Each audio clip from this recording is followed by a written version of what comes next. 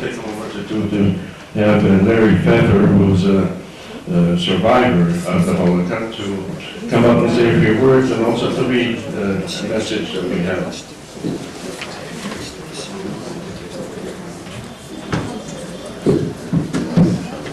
Good evening, friends. Can you hear me? No. No? No. Oh. Good evening. Before I say anything about myself, I'd like to... Louder. Louder? It's okay now? Yeah. Before I say anything about myself and the Shoah, I'd like to say from memory what I read in the beginning of a book that Ben Heft wrote, in the book called Pfeffer, where he said, "A man stood up in Israel." I remember that sentence. What? Speak up. Hello? Yes. To my mouth. Oh, okay, thanks. I remember that the book, which many of us probably read, Perfidy, by Ben Heft. What's the name? Perfidy. Perfidy. Was Ben Heft, who was Hillel Kook's colleague during the Shoah, who worked very hard to save us. The book opens up with a sentence called, which says, "A man stood up in Israel." At that time, I think he was referring to Mr. Tamir, who was active in the Glassman trial.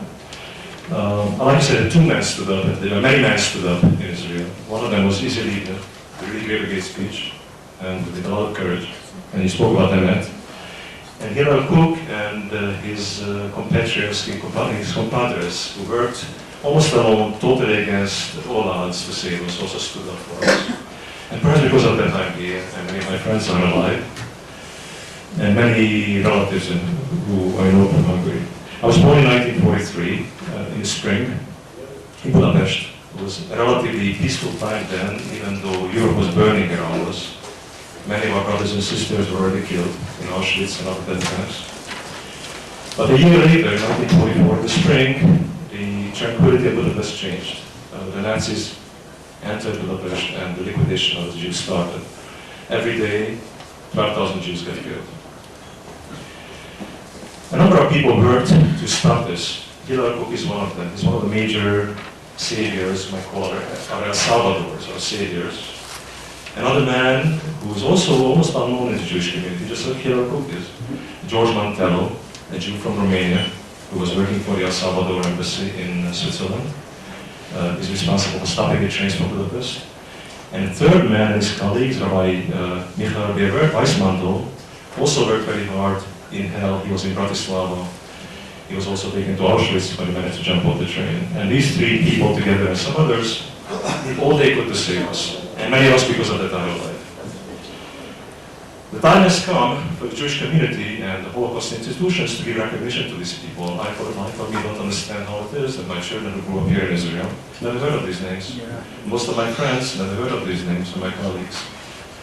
So I'd like to maybe say a little bit more about myself to put this in a context. After the war, during the war I was hit by a Christian family, by the way. And I like to remember there were great Christians, wonderful Christians, and there were terrible Christians who killed us. And there were great Jews, and there were terrible Jews.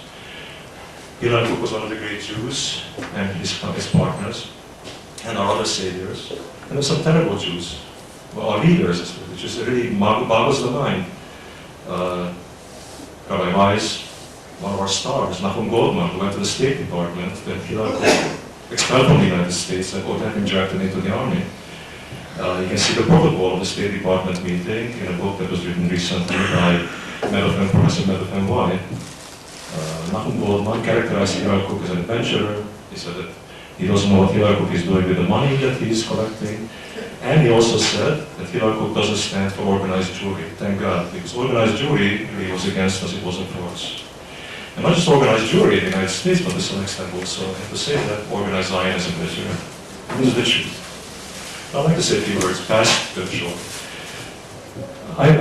I stayed in Hungary until 1956, and until that time I went to a cheder, which is a religious school for boys. It's probably one of the few cheders in the second horrible empire of the 20th century, the Soviet Empire, which was just as evil as the Nazi Empire, but with much better marketing. It could well be that the Soviet Empire killed more people than the Nazis in their gulags or in their death camps. But there was a cheder. I don't remember what I learned in the cheder. I don't remember much of the Talmud, much of the Torah, much of the Mishnah. I remember a few stories about the Baal Shem Tov, and I remember the name of the cheder. It was called Torah Temet, Torah Semes. And that I'm looking for. The question that I ask is, where is the Torah Semes? How can it be that the crematoria started smoking almost 60 years ago, and these men are not known to us? They're not role models to our children. And I hope that one of the effects of this meeting is not that we just meet and we hear a couple of lectures, but a number of people are going to stand up, just like the men stood up in Israel, and they're going to appeal to the Knesset, to Yad Vashem, which is in the business of giving recognition to people, and to the Ministry of Education, which is in the business of educating about truth, as it should be in the business of creating role models to do something finally, because otherwise we are hypocrites. We're not looking for the truth. We accuse every other nation for not recognizing our heroes. We accuse them of not doing very much during the Shoah. The time has come. We've done many wonderful things. We have a lot to be proud of, but we are really in creating God's image. If we are in Selma looking, we should look into the mirror, and we should also look at our blemishes. Otherwise, we are weak people. Now, I'd like to maybe close with a few other comments. One of them is something that Martin Luther King said, which maybe appears to our time. Martin Luther King said, well actually Kotzkerer has said, the rabbi from Kotzk, that the man is obligated. Okay? But first we start with Kotzkerer. Okay? Menachem Mendel of Kotzk. He basically said a long sentence, which means that I can only be myself if I don't imitate another person, and the other person can only be that other person if he doesn't imitate me. Martin Luther King said the following: the whole world is interconnected. I can never be what I ought to be until you are what you ought to be. And you can never be what you ought to be until I am what I ought to be. This is the interrelated structure of reality. If we are in the business of putting each other down and boxing at each other, and making each other into Gamma-Day midgets, if I do that to the other person, I'm also going to become a midget. We're going to create a country called Gamma-Day. The time has come to look at each other, try to put each other into our special places, especially those of us who are so special in such special times. Thank you very much.